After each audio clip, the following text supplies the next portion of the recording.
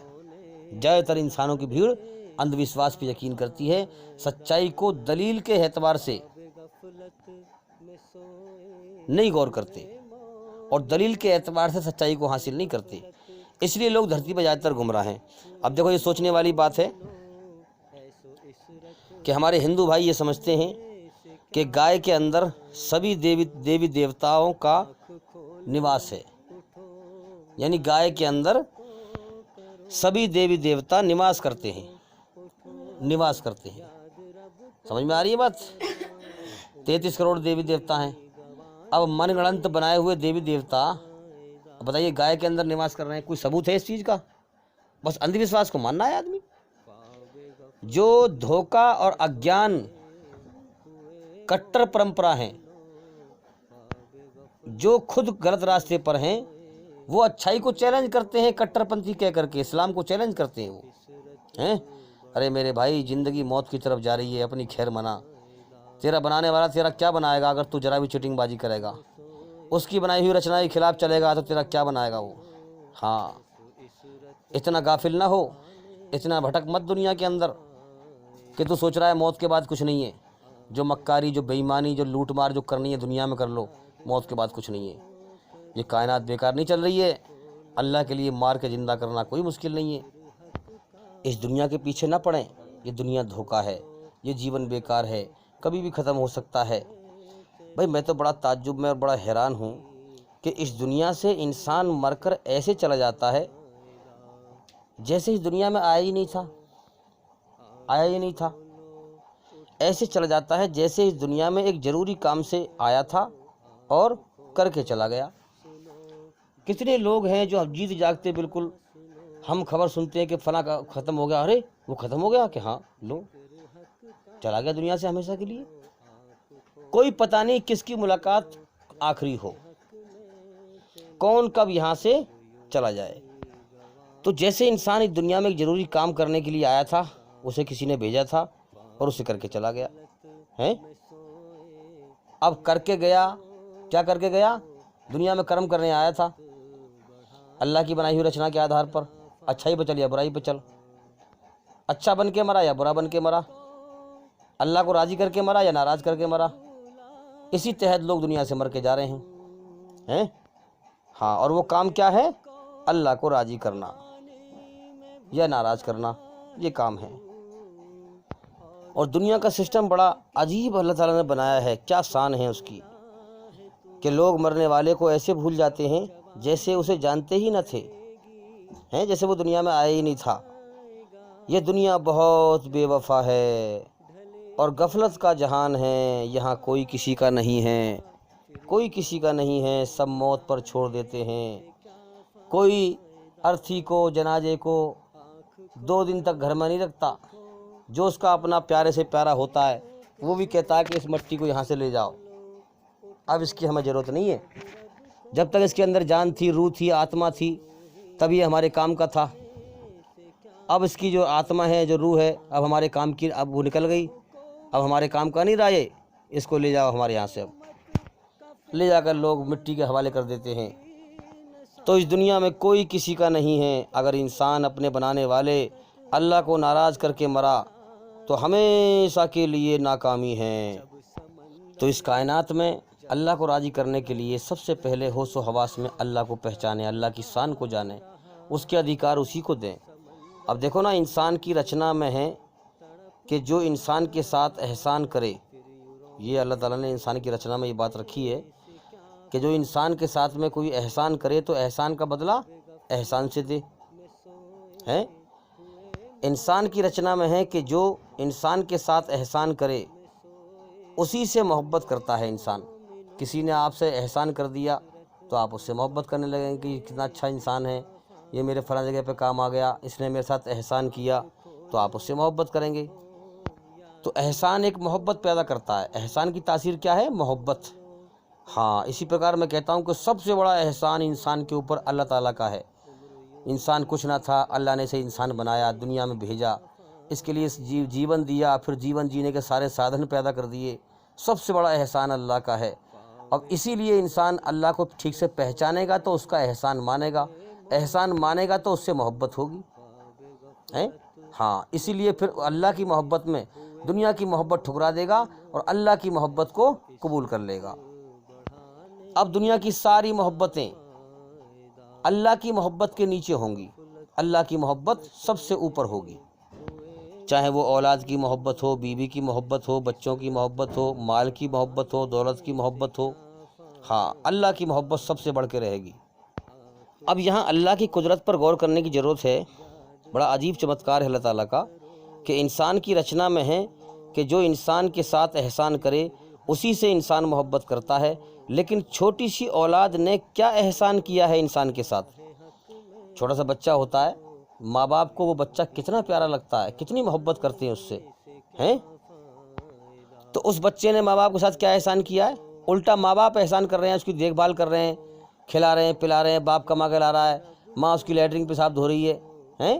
لیکن الٹا چکر ہے کہ ماں باپ کے دل میں بے انتہا اس اولاد کی محبت پیدا ہو گئی کہ اس کے لیے بے چین ہیں، پریشان ہیں، باپ کما کے لا رہا ہے مصیبت کوٹ کے، ماں خود گیلے میں لیٹ رہی ہے، اس کو سوکھے میں لٹا رہی ہے ہیں، کتنی جو ہے محنت کر رہے ہیں۔ تو یہ الٹا چکر کیوں چلا؟